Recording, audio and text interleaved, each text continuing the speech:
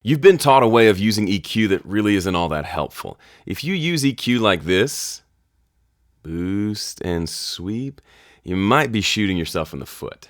Hey, this is Joe Gilder from Home Studio Corner, and in this video I'm going to show you a better way to use EQ. Now, there's nothing wrong with boosting and sweeping frequencies, but what matters is how you're doing it.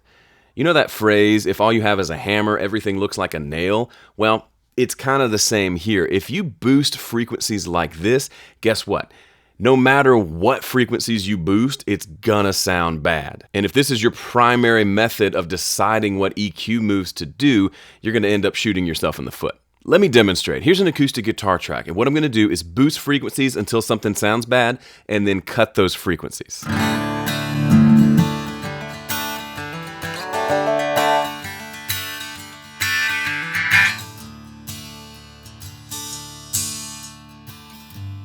Now that's an exaggerated example, but hopefully you get the idea.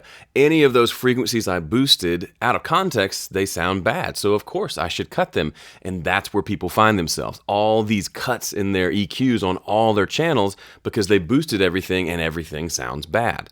The problem here isn't subtractive EQ. That's an approach that I very much agree with and use in my mixes. I want to remove troublesome frequencies before I do anything else with EQ. The problem here is using EQ without a purpose. Let me throw a new idea at you. I think of it as zooming in and zooming out of the mix, or looking at the mix from the forest perspective and also from the trees perspective.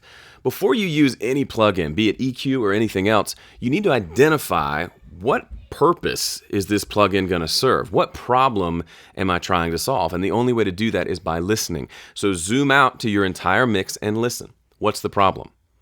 Let's say the problem is this mix sounds muddy. Okay. Now what do? Now let's identify where the muddiness is coming from. We're starting the process of zooming in, honing in on the problem. So the way we identify it is we mute tracks until the muddiness goes away.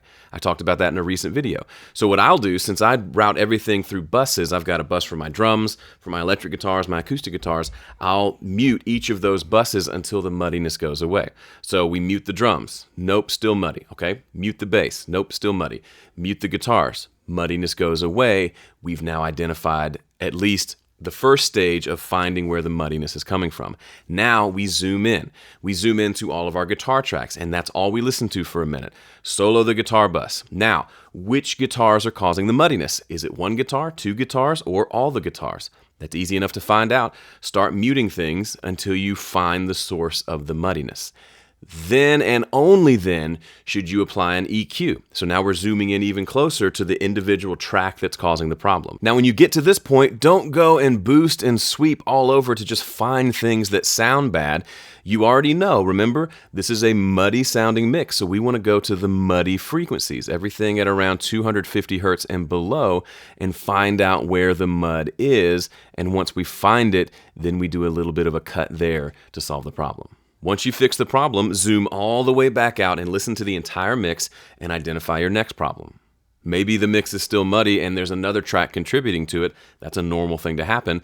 Then repeat that process. Where's the muddiness now? Let's zoom in and find it, fix it, and then zoom back out and listen again. This applies to EQ, but it really applies to anything you might do in a mix. I teach this in depth in my new mixing course called Home Studio Mixing, and it's all centered around my 5-step mixing process, which I determined is the process that I go through every time I mix a song, and I've distilled it down into a quick read called the 5-Step Mix Guide, which you can have for free over at 5stepmix.com. Thanks so much for watching this video. If you haven't subscribed yet, please do.